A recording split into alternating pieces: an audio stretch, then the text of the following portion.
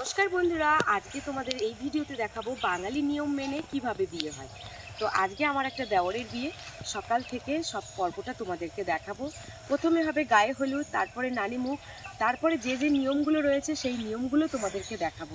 আর গ্রাম অঞ্চলের দিকে নিয়ম একটু অন্য রকমের হয়, সেটা তোমরা ভিডিওর মাধ্যমে দেখলে বুঝতে পারবে। তো বন্ধুরা, আর বিয়েটা হবে কিন্তু পালকিতে করে, আর আমার দেওর বিয়ে করতে যাচ্ছে সেই বড় নদী পেরিয়ে, মানে রায়মঙ্গল নদী পেরিয়ে। তো সম্পূর্ণ পর্বটা তোমরা দেখতে থাকো, আশা করছি ভালো লাগবে। বিয়ের দিন আমি সকালবেলা থেকে ভিডিওটা শুরু করেছি বন্ধুরা। কালবেলার কাজ সেরে কিন্তু এদিকে লুচি ঘুগনি খাওয়া চলছে। বাড়ির আত্মীয় স্বজনেরা আছে এবং পাড়া প্রতিবেশীরা সবাই আছে। গ্রামের বিয়ে মানে কি জানো তো? গ্রামের বিয়ে মানে এক বাড়িতে অনুষ্ঠান হলে গ্রামের পাড়া প্রতিবেশীরা সবাই কিন্তু ঝাঁপিয়ে এসে কাজে হাত লাগিয়ে দেয়। আর এই টেবিলে বসে দেখো বর্ষার মা, বর্ষা, বাপি, আরও কিছু বোনেরা রয়েছে। আমিও কিন্তু দেরি না করে বসে পড়লাম। সবাই মিলে এক টেবিলে খাচ্ছি, আর খাওয়ার মজাটাই আলাদা, সবাই একসাথে বসে খাওয়া। তো ঘুগনির তরকারিটা কিন্তু খুব সুন্দর হয়েছে, সকালবেলার আইটেমটা বেশ ভালো লাগছে। তারপরে দেখো এখানে একটা করে মিষ্টি দিচ্ছে। বাপিকে বলছে কোন মিষ্টিটা খাবে, তো বাপি বললো দানাদারটা পছন্দ করে, ওই জন্য বাপিকে দানাদার দিয়ে দিল। বিয়ে মানে কিন্তু মুখের কথা না, ছেলের বিয়ে অথবা মেয়ের বিয়ে মানে কালী পুজোর সমান।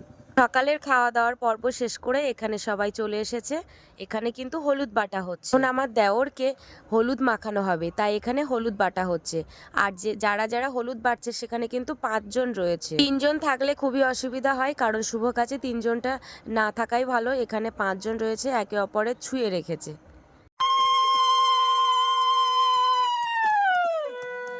এখানে কিন্তু কলার পাতা দিয়ে ছাদনা তলা তৈরি করেছে। প্রথমেই কিন্তু 3 পাক ঘুরে সিঁদুর পরিয়ে নিচ্ছে ছাদনা তলাটাকে।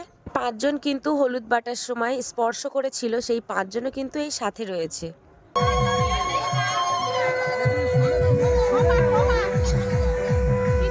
তারপরে নতুন বর দেখো ধুতি গেঞ্জি আর গামছা নিয়ে একদম ছাদনা তলায় চলে এসেছে হলুদ মাখার জন্য। আমার দেওর কিন্তু একদম রেডি। এই যে আমার দেওরকে এখন এই ছাদনা তলায় চান করানো হবে, এরপরে কিন্তু আর আমার দেওরকে কিন্তু এক মুহূর্তের জন্য ঘাটে নামানো হবে না। কিছু কিছু নিয়ম আছে, হলুদ মাখানোর পরে কিন্তু ছেলেকে আর ঘাটে নামানো যাবে না।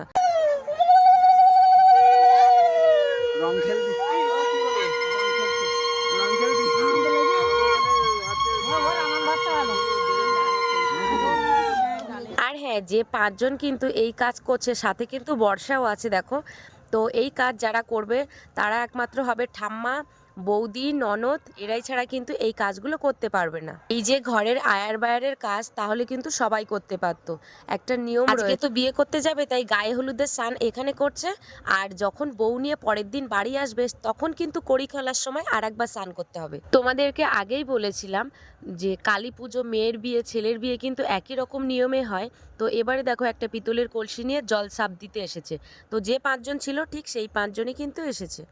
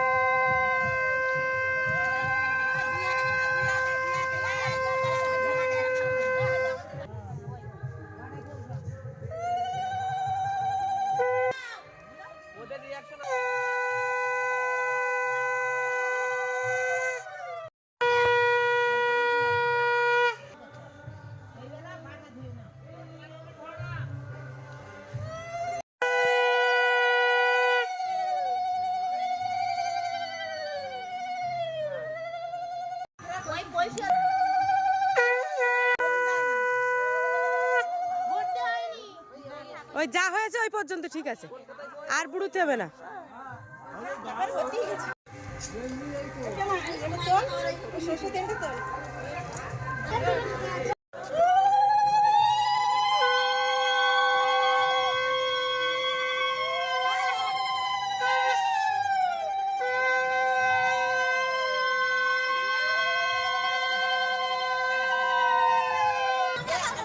এই যে বরণডালার মধ্যে এই ঘুনসিটা দিয়ে কিন্তু এখন এই কলা গাছটাকে বেঁধে রাখা হচ্ছে, কারণ কালকে যখন নতুন বউ আসবে এইখানে কিন্তু কড়ি খেলা হবে, তার জন্য কিন্তু এখন কলা গাছটাকে বেঁধে রাখা হচ্ছে। এই জলটা দিয়ে কিন্তু স্নান করানো হবে, ওই জন্য এই জলটা এখন ঘরে তুলে রাখা হচ্ছে।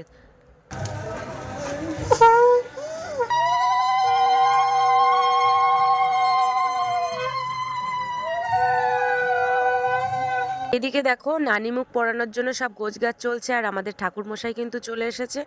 তো এখানে আমার দেওরও বসে গেছে। আর এদিকে দেখো বোনেরা কিন্তু বরযাত্রী যাওয়ার জন্য সব প্রস্তুতি পর্ব করছে।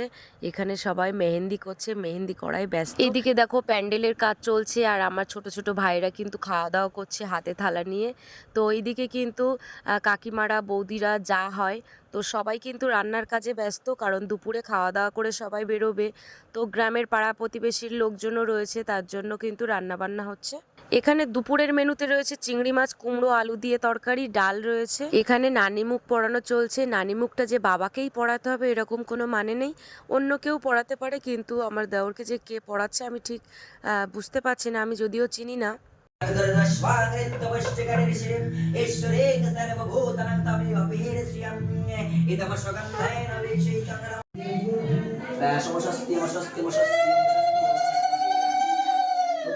নানি মুখ পড়ানোর পরে দেখো যে নিয়মগুলো রয়েছে, ঠাম্মা বৌদি ননদেরা যে নিয়মগুলো পালে, তো এখানে কিন্তু আতপ চাল নিয়েছে একটা ধুতির উপরে।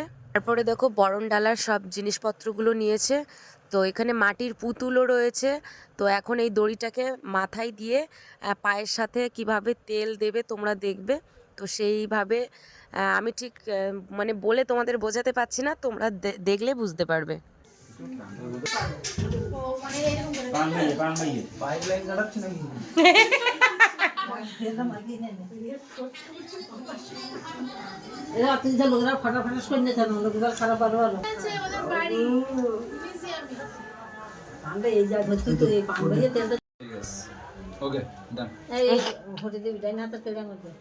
এইটা সব ঘুরে দেবো, ডান হাতের কেড়ে আঙুল দি, হ্যাঁ ওইটা দি দিচ্ছি বলো।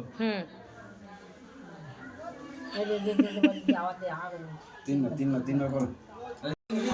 তাহলে এখন কাদের বাড়িতে থাকবে শুভ? কাদের বাড়িতে থাকবে? আচ্ছা আচ্ছা। যখন ফাঁকা থাকবেন 4 ঘন্টা বসে থাকবে না নাকি, অসুবিধা হবে। কিছু কম রাখবা, কালকে মারবো না। এই 4টের সময়, 4টের সময় না না, একটা তো বেশি গেছে তোরা, আর 2-10 মিনিট বাকি দিয়ে বেড়া ওখানে যেতে তো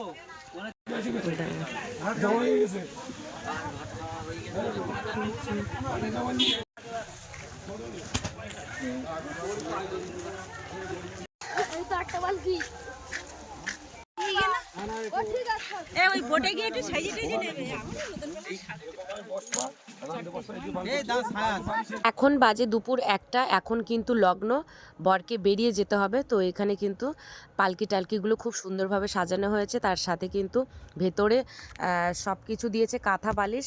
তো এখন আমাদের দেওর কিন্তু পালকির মধ্যে ঢুকতেই পারছে না কোনো রকমভাবে। তারপরে খুব কষ্ট করে পালকির মধ্যে ঢুকছে, আর শুধু বলছে এ পালকি ছোট, এ ঢোকা যাবে না, কোনো রকমভাবে ঢুকতে পারছে না। শুধু দেখো, তুমি ঢুকতে পারবে না। ঢোক না রে বাবা, এই ধার দিয়ে ঢোক, মাথা ঢোকা না আগে। একবার ঢুকে যাও, বেরোনোর সময় ওরা বের করে নেবে এখন। আর ওই ফুল টুল ওই হয়ে গেল আবার কি, ওই তো বাবারে ওদের কি ঘুষিয়েছো।